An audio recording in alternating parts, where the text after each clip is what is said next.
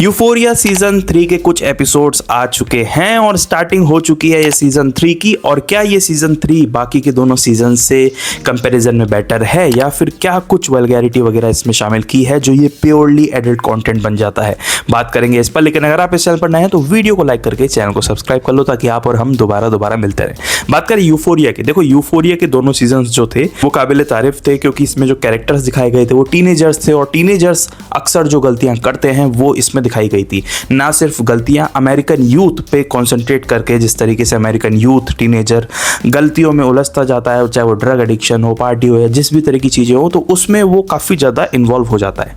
वही सब चीज़ें अब तक के 2 सीजन में बताई गई थी। अब 4-5 साल बाद के आगे की कहानी बताई गई है सीजन 3 में। तो सीजन 3 में जो हमारे कैरेक्टर्स टीनेजर थे वो अर्ली एडल्टहुड में आ चुके हैं और अर्ली एडल्टहुड के साथ जो 4-5 साल का जो लीप लिया है इन्होंने, उसके बाद के जो कैरेक्टर्स है हमारे उन पर बेस्ड ये स्टोरी है। अच्छा, आपने पुराने सीजन्स नहीं देखे हैं तो मैं ऐसा कहूँगा कि आप पुराने सीजन्स जाकर देखो। स्टोरी इसमें अलग है but the connection, the characters जो उठाए हैं वो वही पुराने सीजन वाले हैं, जिससे एक कैरेक्टर को समझना अर्ली सीजन्स में ज़्यादा बेटर होता है। तो भाई सीजन 3 में आपको दिखाया जाता है कि रू जो है यानी कि प्लेड बाय जेंडाया, तो रू एक कमाल के, मैं कहूँ एक इमोशनल ट्रॉमा या इमोशनल एक कह सकते हैं स्फेयर में ट्रैप हो चुकी है। यानी कि उसको एडिक्शन से वो बाहर निकलने की कोशिश कर रही है, वो एक बैलेंस खोजने की कोशिश कर रही है लाइफ में और साथ ही में इमोशनल स्टेबिलिटी के लिए भी वो आगे बढ़ रही है। कंफ्यूज है अपने लाइफ में लेकिन फिर भी बहुत हद तक वो स्टेबिलिटी की तरफ बढ़ रही है। अब इस तरह का जो कैरेक्टर है पोर्ट्रे किया है जेंडाया ने, वो एक सैडनेस, डिप्रेस्ड, एडिक्शन से लड़ती हुई लड़की का एक रोल निभा रही है और जेंडाया ने लिटरली बहुत ही बढ़िया काम किया है। मतलब इस स्टार्टिंग एपिसोड में ही अगर मैं कहूँ तो मुझे बाकी कैरेक्टर्स को थोड़ा सा ऊपर नीचे लगा कि उनको किस तरीके से दिखाया गया, किस तरीके से प्रेजेंट किया, but Zendaya was on point. जिस तरीके से उन्होंने अपना कैरेक्टर निभाया है, जिस इमोशनल अनस्टेबिलिटी को स्क्रीन पर दिखाया है, वो हल्का सा डिप्रेस्ड, सैड चेहरा, वो सब चीज़ें देख के मुझे काफ़ी अच्छा सेटिस्फेक्शन मिलता है कि रू के कैरेक्टर को एक बहुत हाइट दी है इन्होंने और रू का कैरेक्टर ही सबसे बेटर लगा मुझे, बाकी सब कैरेक्टर फुस लगे। इसके आगे अगर आप केसी की बात करेंगे, प्लेड बाय सिडनी स्वीनी, तो केसी के जो कैरेक्टर हैं, सीन्स हैं जो डाले गए हैं, वो प्योरली एडल्ट कंटेंट बनाने की इन्होंने कोशिश की है। अब तक भी था लेकिन इसमें कुछ ज़्यादा ही कर दिया जो अननेसेसरी था, जिसकी ज़रूरत नहीं थी। केसी जो है वो अपना करियर ओनली फैंस पे बनाना चाह रही है, साथ ही में जिस तरीके की हरकतें इसमें दिखाई गई हैं वो करती है, वो लिटरली एक मैं कह सकता हूँ फेम पाने के लिए या फिर पब्लिक अटेंशन ग्रैब करने के लिए ये सब चीज़ें कर रही है। केसी का कैरेक्टर बहुत ज़्यादा मैं कहूँ कंट्रोवर्शियल है, बहुत सारे लोगों को ये अननेसेसरी चीज़ें लगी कि भाई एडल्ट कंटेंट के नाम पे इन्होंने कुछ भी डाल दिया और वो चीज़ें लिटरली इनके लेगेसी से मैच नहीं हो रही थी। और कई हद तक केसी का जो कैरेक्टर है वो validation out of the world ढूंढना चाह रही है, जिस वजह से हो सकता है डायरेक्टर एंड मेकर्स ने उसे ये ओनली फैंस वाला रास्ता दिखाया था। बट मुझे ऐसा लगता है कि इस कैरेक्टर के लिए और भी चीज़ें थी करने के लिए जिसको वो एक्सप्लोर किया जा सकता था।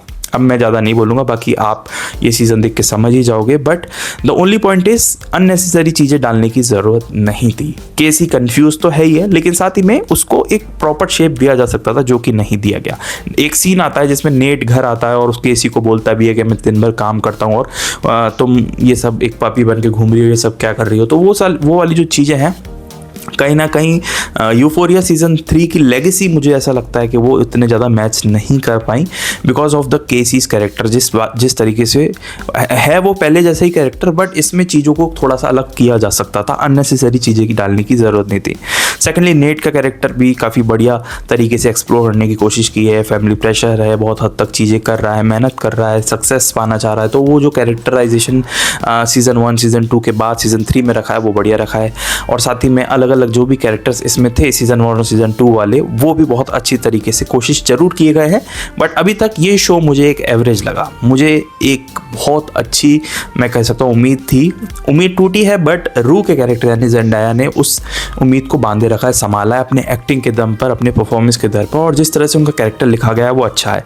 But other characters like Cassie, Nate, Maddy, वो सब थोड़ा सा और मुझे ऐसा लगता है कुछ और मैं एक्सपेक्ट कर रहा था। बाकी एक्सप्लोर करने के लिए तो कुछ भी किया जा सकता था, बट अननेसेसरी चीज़ें डालने की मुझे लगता है ज़रूरत नहीं थी। बिकॉज फोर्स्ड चीज़ें जो होती है ना किसी भी शो में, वो फील हो जाती हैं कि भाई इतना फोर्सफुल चीज़ें की जा रही है, चाहे वो कॉमेडी हो, हॉरर हो, वल्गैरिटी हो, ए रेटेड कंटेंट हो तो वो दिख ही जाता है अलग, वही इसमें मुझे ऐसा कुछ फील हुआ।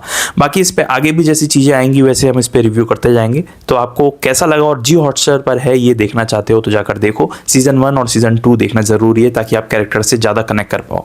लेकिन अगर आप इसी तरह बॉलीवुड या हॉलीवुड की लेटेस्ट न्यूज़ जानना चाहते हो, मुझसे अलग अलग ट्रेलर, वेब सीरीज या मूवीज़ के रिव्यूज़ जानना चाहते हो, चैनल को सब्सक्राइब करके जाना। मिलेंगे एक नेक्स्ट वीडियो में, तब तक के लिए थैंक्स फॉर वॉचिंग।